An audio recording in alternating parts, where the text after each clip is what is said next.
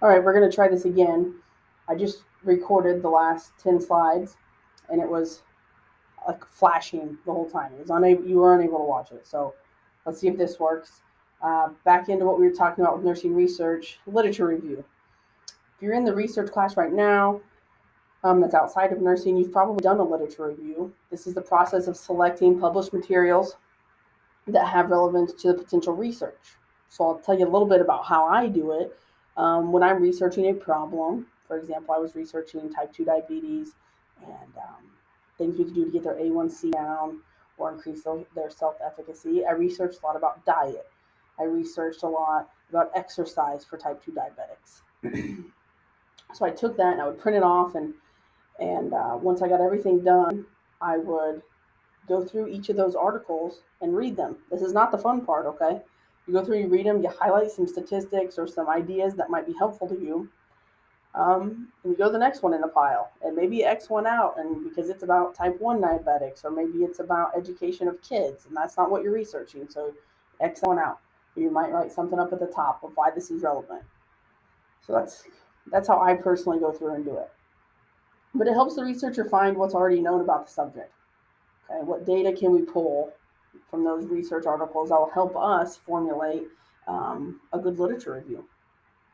Criteria for evaluating websites is on page 59. It's box 4, 5. Websites I highly encourage that you stay away from unless it's something like, if you're talking about diabetics, the American Diabetes Association or the American Nurses Association. Something that you know is credible, because I think you could probably find anything that you Google, but is it credible? So read through that chart and make sure that you understand that. Let me try to make this big again. We'll see if it hopefully doesn't jump. Stacy Knight Davis is coming to the library on Wednesday, and she's going to help you guys do a literature review, kind of help you show how to use the library website and how to get through, click the right things to get what you want. Okay, so you're not surfing through 500 articles. You can really narrow down your search. And we will have time during class. I can review your articles with you to make sure they're what you want them, that they meet the criteria of what I want and what you need to do for research. We're going to start your paper on Wednesday, make sure you understand APA, and get you rolling. So the research process.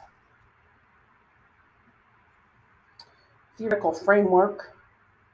I feel like I went backwards here. Nope, I didn't. Theoretical framework is preferably guided by a nursing model or theory to assist in the identification and systematic study of logical relationships between or among variables. You're like, what did you just say? Right? Okay, let me give you an example of a theoretical framework. Maslow's theory is a theoretical framework. Okay, we talk about Maslow and the triangle that talks about our patient's needs, right? And how we meet our patient's needs and what's most important. That is a theory, right? That is a theoretical framework. Formulation of a problem statement. We have already talked about this a little bit, but it needs to be clear. And we want to make sure that it's not something, we want to make sure it's not too difficult, okay? We can make it too in-depth. It needs to be simple and well-defined. I'm sure you've heard of independent and dependent variables. Just a couple reminders. Independent variable has the presumed effect on the dependent variable. The independent variable may also be manipulated. The dependent variable is what you believe might be influenced or modified by the independent variable. The dependent variable is what the researcher is interested in understanding and explaining. So make sure you understand the difference between independent and dependent variables. These are just some definitions out of your book. Make sure you understand what a hypothesis is, what data management and research design are, and data analysis. The research process. So once we're done doing all of our research, how are we going? What do we do next? We disseminate the results and we translate it into practice. This is really important for nursing. I'm going to stick with the same thing I've been talking about, which was the research study I did on type 2 diabetics. I did it at a Sarah Bush clinic. So for that reason, Sarah Bush asked me to come back and disseminate my results to their research committee. I explained my study, what I found, what some of the patients said, and then they ask questions. You can also take these types of research studies to research um, conventions, and you can do it by podium or a poster presentation. Okay, Dr. Farley and I did some research on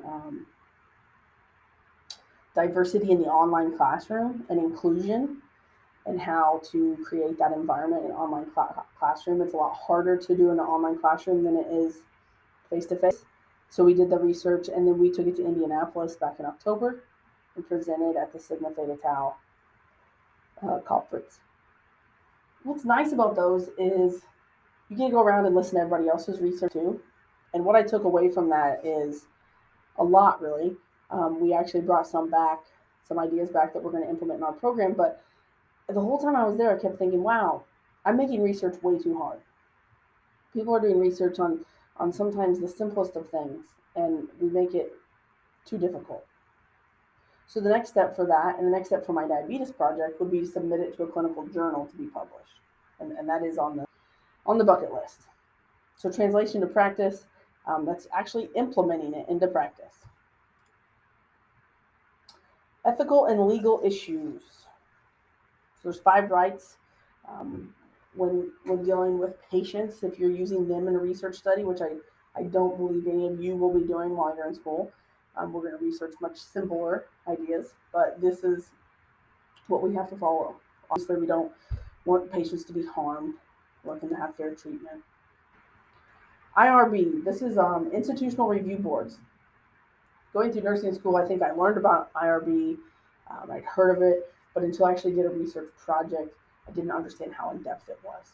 So if you are dealing with patients in a research study like I was with type 2 diabetics at a clinic, I had to submit my project to the IRB for the institution I was using, which was Northern Kentucky University.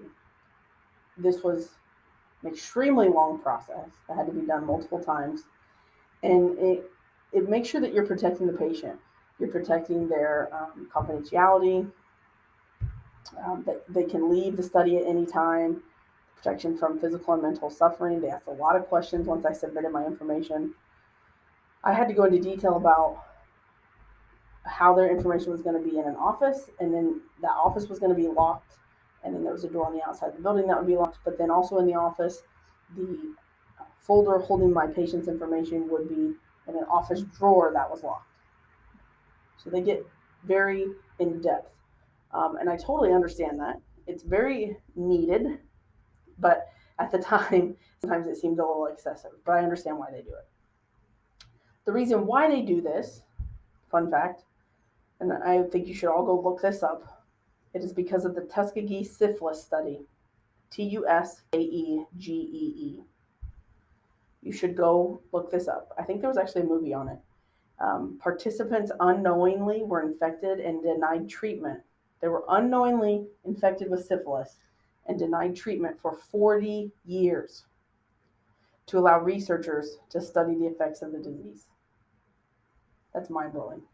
That's how IRB became a thing, okay, from research. So this happened several years ago, but go Google the Tuskegee syphilis study and read a little bit more about it.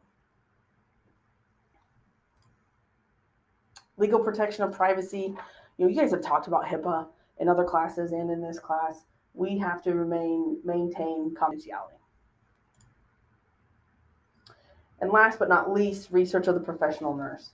This is on page 64. I highly encourage you to go look at this. This tells you what you can do with research and how you can play a part in research if you have a bachelorette degree in nursing. I would highly encourage you to go read that box. It will be very beneficial. So Monday in class, we're going to discuss our research, what we're thinking about doing. We'll get some ideas, but I want you to be ready to research on Wednesday when Stacey Knight Davis is there. We'll research some articles. I can look at them and help you with them, and we can get your paper started to make sure you're on the right track, because it is due the next Wednesday, so you'll have a week. Over the rubric, make sure you understand everything. But in the meantime, please think of something that you might want to research within nursing. I do have a list of ideas as well if you can't think of something. But if you have an idea of something we could research, that'll help you get off to a great start. As always, come see me if you guys have questions.